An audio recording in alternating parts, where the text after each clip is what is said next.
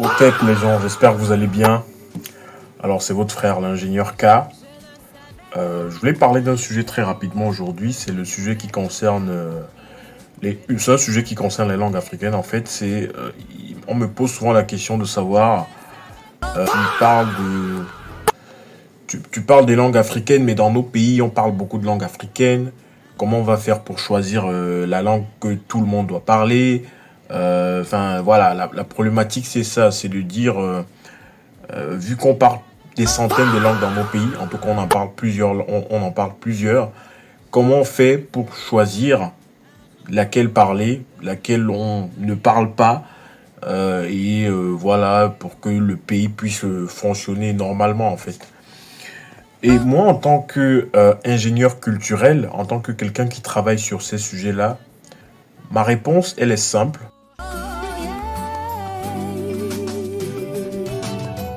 Je ne savais pas un jour que je pouvais me réapproprier les valeurs africaines. Je ne savais C'est de dire, vous savez, il y a plusieurs façons de manager les diversités communautaires et linguistiques dans un pays. Il y a plusieurs façons de faire. Il y a des pays qui décident euh, de, de faire ce qu'on appelle une épuration linguistique, c'est-à-dire que de manière verticale, de décider une ou deux langues vont être parlées et le reste, voilà, aux oubliettes, quoi. Ça ne sert plus à rien. On ne les parle plus. La seule langue, ce sera celle-ci que nous allons décider. Et ça, par exemple, c'est ce que la France a décidé de faire. Ils ont décidé de faire du français de Paris la principale langue dans le pays, alors que la France, c'est un pays qui est très diversifié linguistiquement. En France, on parle le basque, l'occitan, le corse et bien d'autres. Mais ils ont décidé de faire que ça. L'abbé Grégoire est chargé de dresser un état des lieux de l'usage de la langue française en langue française. La plupart des citoyens comprennent certes un français simple, mais cela ne suffit pas à l'abbé. Et selon son étude, à peine 11% de ses concitoyens le maîtrisent. Choquant. Grégoire pensait, comme beaucoup d'autres, que si on veut une république unie, où tout le monde comprend ce qui se passe et ce qui fait un bon révolutionnaire, alors il faut parler français. Quelle humiliation! Quelle humiliation! Quelle humiliation! L'idée de l'abbé Grégoire, anéantir tous les dialectes, appelés patois. Applaudissements. T'es obligé d'applaudir parce que ça, un, ça va trop vite, deux, c'est des gestes que t'as jamais vus de ta vie. Près de 90 ans plus tard, que la France dispose des structures nécessaires pour mettre en œuvre l'idée de l'abbé. Notamment un système scolaire uniformisé. Désormais, ceux qui parlent le breton, l'occitan ou le catalan dans les cours d'école se font taper sur les doigts. Les dialectes sont considérés comme impurs et inférieurs. L'identité française se cristallise autour de la langue nationale, tout comme celle de ceux qui ne se considèrent pas comme français. En Bretagne, en Provence, au Pays Basque, les gens ont commencé à revendiquer leur propre nation. Ils avaient donc tout... Il y a une autre politique linguistique qui consiste à dire, écoutez, on va prendre quelques langues les plus parlées, on va prendre 2 ou 3 ou 4, on va essayer de les régionaliser un peu comme ça et on va essayer de s'en sortir. Mais n'empêche que derrière, il y a souvent une fierté communautaire qui est créée, c'est-à-dire que quand tu rentres dans une certaine région, tu n'as plus le droit de parler une autre langue. Et ça, c'est un problème aussi. Et ça, c'est notamment ce qui se fait, je crois, en Belgique. C'est-à-dire que quand tu es en Belgique, il y a une partie du territoire où tu dois parler le wallon et tu ne dois pas parler français, etc. Enfin, c'est un peu compliqué. Et donc, moi, ma solution se base sur le fait que je me base sur le plurilinguisme. Je sais que les Africains, en tout cas parce que moi je parle de l'Afrique, je parle des langues africaines bien sûr, moi je me base sur le fait que les gens sont capables de parler plusieurs langues. Et ça, c'est un énorme avantage. C'est un énorme avantage Sachant que la plupart des Africains aujourd'hui, dans leur parcours académique, en fait, ils apprennent le français à l'école, ensuite ils apprennent l'anglais, ensuite ils apprennent l'italien, l'allemand. Enfin, les Africains sont polyglottes. Certains parlent un tout petit peu leur langue. Bon, là on parle de 2026 parce que bon, voilà, la plupart aujourd'hui ne la parlent plus, mais la plupart des Africains sont des polyglottes. Donc, moi je dis, au lieu de faire un polyglotte avec des langues qui ne sont pas africaines, des langues européennes, pourquoi ne pas être polyglotte avec des langues africaines, avec des langues camerounaises? Moi, c'est ça qui m'intéresse. Et du coup, moi, je me dis, je prends l'exemple, je sais pas, du Cameroun, par exemple. Tu peux habiter au centre du Cameroun, c'est-à-dire à Yaoundé, par exemple. Tu parles le fan, mais rien ne t'empêche de parler une seconde langue, voire une troisième, parce que moi, je me projette en tant que panafricain, en tant que panafricanisme. Et donc, tu peux bien parler le fan et une autre langue camerounaise, et ensuite parler une troisième langue, par exemple, comme le swahili, qui te permet de parler à un autre Africain dans l'espace africain. Donc, c'est très simple pour moi. Pour moi, il faut exclure, et là je vais être un peu dur, les langues européennes de l'apprentissage. Pourquoi je le dis? Parce que la science n'a pas de langue. 1 plus 1 est égal à 2 est universel. Une graine de riz plus une graine de riz donne 2 graines de riz. Que tu le dises en swahili ou en français ou en anglais, c'est la même chose. Et donc, ce qui veut dire que il y a une étude de l'ONU qui a été menée qui a fait comprendre que les enfants apprennent à parler, les enfants apprennent plus facilement lorsqu'ils apprennent une matière dans leur langue maternelle que lorsqu'ils passent par une autre langue étrangère. C'est-à-dire que nativement, tu parles ta langue. Je sais pas laquelle, le swahili, le kikongo, mais pour t'apprendre des mathématiques, pour t'apprendre de la science, on va passer par le français. Et donc, ça complexifie l'apprentissage. Alors qu'on pourrait t'apprendre cette même matière-là directement en Kikongo. Je ne sais pas si tu vois ce que je veux dire. Donc, on peut utiliser le Kikongo pour t'apprendre ta langue directement. Et non, on n'est plus obligé de passer par le français. Et donc, ça facilite l'apprentissage, ça accélère le développement intellectuel. Et donc, ça fait une langue en moins. Sachant que j'ai envie de dire, je le dis, mais la science, une bonne partie de la science est née en Afrique. Les mathématiques avec l'os d'Ishango c'est au Congo, hein. Les fractales pour les nombres, pour la binarité qui ont créé l'univers informatique, c'est en Afrique, hein. Donc ça veut dire que on a les concepts scientifiques dans nos cultures et dans nos langues. Donc il ne faut pas que ce soit un frein lorsqu'on dit qu'on va apprendre dans nos langues, ça paraît utopique. Ce n'est pas utopique. C'est juste que les gens ne prennent pas le temps de s'asseoir dessus pour vous l'expliquer, en fait. Donc, c'est totalement faisable. Il faut juste que les gens travaillent des manuels scolaires pour que ce soit possible. Recruter des linguistes, ça créera une économie, bien évidemment, dans l'éducation, dans les formations, etc. Mais c'est ce qu'il faut pour faire revivre nos langues, parce que ça fait partie de l'un de mes combats. Donc, pour répondre à la question, je mise sur le plurilinguisme, parce qu'en plus, être plurilingue, ça rend bien plus intelligent. C'est scientifique, hein. Les gens qui parlent plus de 2 langues sont statistiquement plus intelligents que la moyenne de ceux qui n'en parlent qu'une seule. Donc, en plus, c'est un putain d'avantage. Donc, mes amis, les gouvernants, les gens qui se posent la question, les linguistes, parce que je travaille avec des linguistes dans ma plateforme qui s'appelle Metchoub, justement, qui valorise les langues africaines, en tout cas par des formations et à travers des outils comme l'IA pour la traduction entre langues africaines. Ma solution, c'est laquelle? C'est de dire, misons sur le plurilinguisme, misons sur la capacité des Africains, des individus, de l'être humain en général, de parler plusieurs langues. Ça, c'est toujours fait en Afrique.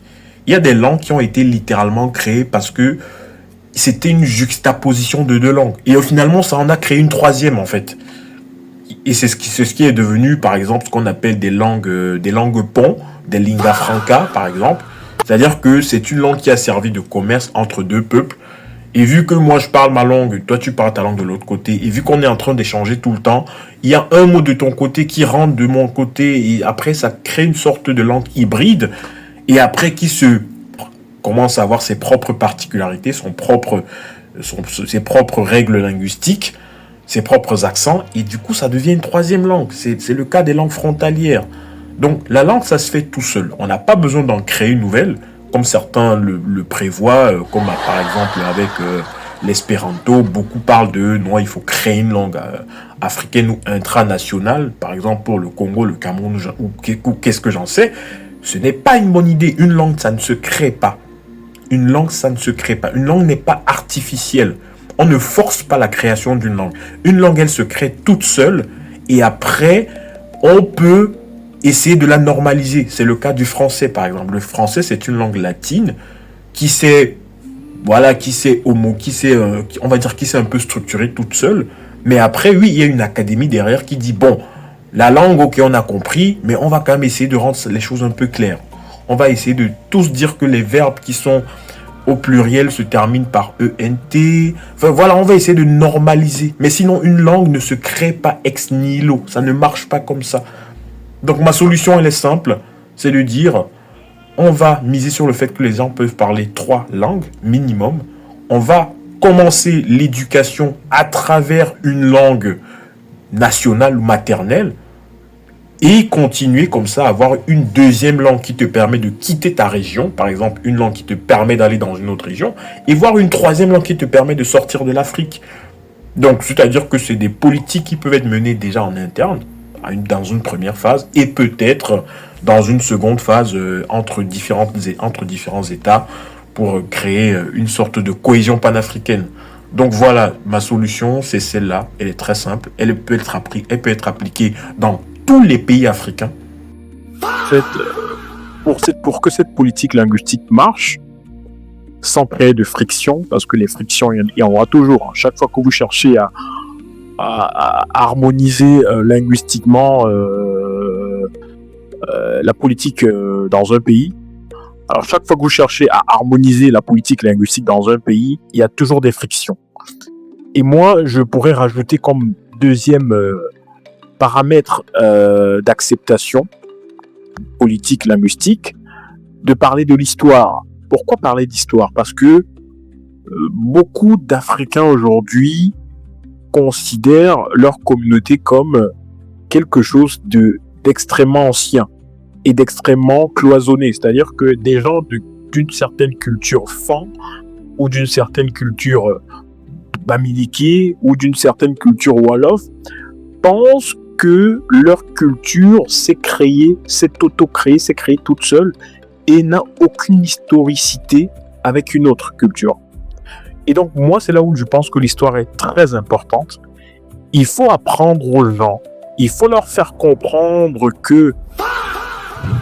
Et les gens seront très surpris de savoir que parmi les Etoun, il y a des clans bamileke, avec des noms presque identiques. Il y a un clan, par exemple, dans la zone de Monatile qu'on appelle Mboura. Mboura, en réalité, c'est un hameau des Mbouda qui s'est détaché pour venir se domicilier, pour se sédentariser dans le département de la Léquier. On peut prendre des exemples comme cela dans ce qu'on appelle le Grand Sawa. Le Grand Sawa qui va... Allons-y, parce que ça paraît intéressant. Oui, le Grand Sawa qui s'étend pratiquement sur 5 régions. Le littoral, il est évident que dans le littoral, il n'y a que les Sawa. Dans le sud-ouest, vous avez Idabato, Mundemba, vous avez la zone de Manfé.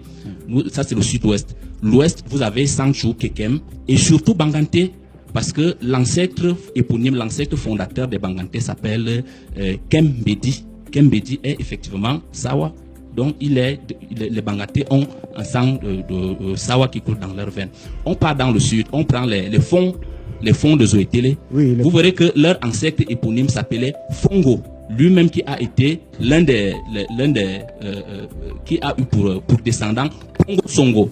Pongo Songo qui est l'ancêtre éponyme des Pongo qui sont dans la zone de Dibombari. Donc vous voyez, on a déjà le sud, le centre, on a l'ouest. On peut prendre également des exemples dans la dynastie Tika. Lorsqu'on vous parle des Tika, par exemple, oui. Les Tika forment une diaspora, c'est-à-dire au sens de dispersion, qui s'étend pratiquement dans 4 régions. On a la Damawa, Bankim, on a l'ouest du Cameroun, pratiquement une bonne partie des chefferies des Grands Sud de l'Ouest, on a le nord-ouest et on a le centre. Illustration. La femme qui fonde le peuple Tika est Mboum, elle s'appelle Wouten. Mboum, le Mboum de la Damawa. Il se détache donc de ce hameau pour venir se domicilier, à Bankim. Et à Bankim, il y aura également un hameau qui va se détacher, qui sera conduit par Mbé. Mbé était l'aîné, il avait 2 frères, il avait un frère et une sœur. Le frère s'appelait Charien et la sœur s'appelait Ngonso. Mbé viendra donc créer les chefferies Tinka de la région du centre, de l'actuelle région du centre. Charien, lui, il va remonter pour créer la chefferie Tika de Fumban. Et Ngonso va remonter vers le nord-ouest pour créer la chefferie Tika du Là, nord-ouest. vous parlez bien du Cameroun et des Camerounais. Nous parlons du Cameroun et c'est des choses qui sont documentées, archivées, qui peuvent se vérifier. On peut prendre dans le septentrion, dans le prolongement de ce que Alawad disait tout à l'heure. Les langues bantoues ont une histoire commune, elles ont une racine commune, et que donc, du coup, quand tu diras plus tard à tes frères africains que apprenez une langue au profit d'une autre, pas au détriment, au profit, c'est pas la même chose. Ça posera moins de friction parce que intellectuellement, tu auras préparé les esprits au fait que, ok, ce n'est pas ma langue, ce n'est pas la langue de mes parents, ok, mais vu que j'ai appris dans l'histoire que nos langues ont une racine commune, qu'elles viennent tous d'Égypte, de la Nubie, par exemple, que ce sont toutes des langues bantoues, semi-bantoues, quelque part, on partage les mêmes racines. Donc, ce n'est pas un si gros problème que ça si je ne parle pas exactement ma langue, mais que je parle la langue d'une autre communauté au profit d'une unification ou d'une unicité linguistique et politique dans nos pays. Donc, c'est important aussi de rajouter cette couche historique-là pour faire accepter plus facilement une forme d'unification linguistique. C'est extrêmement important de parler d'histoire. Et c'est pas comme si on leur racontait une histoire juste pour qu'ils acceptent. C'est la vérité. Les langues africaines ont une même les langues africaines ont une même source. Il faut juste que ce soit dit dans les manuels scolaires. Croyez-moi, ça évitera plein de chauvinisme linguistique, ça évitera des guerres ethniques, et donc ça fera que la chose soit acceptée plus facilement. Donc voilà. Donc je laisse ça comme ça dans la nature. J'espère que ça touchera ceux qui ont besoin d'être touchés. Et si vous avez envie d'apprendre votre langue maternelle, juste les bases, moi je vous invite à vous inscrire sur ma plateforme qui s'appelle Mechup. Vous avez droit à un cours gratuit, n'hésitez pas. Vous avez une 15aine de cours dans notre catalogue. Swahili, Kikongo, Lingala, des langues camerounaises aussi, des langues de l'Afrique centrale comme l'Evé, des langues d'Afrique de l'Ouest, vous avez le Wolof. Franchement, n'hésitez pas. Vous ne perdez rien. Parce que vous avez un cours gratuit. Si ça vous intéresse pas, vous pouvez annuler à tout moment. Mais sachez que la langue, c'est l'une des premières étapes vers une souveraineté intellectuelle, économique et politique. En tout cas pour ceux qui ont envie que l'Afrique soit souveraine. Sur ce, je vous souhaite un très bon week-end et on se voit la semaine prochaine. Allez, au Professeur, si vous voulez apprendre par exemple le Lingala, ben pourquoi pas. Vous voulez apprendre par exemple le Douala, pourquoi pas. Tout ça, vous allez pouvoir le retrouver sur Mechup. Le Wolof, n'en parlons pas.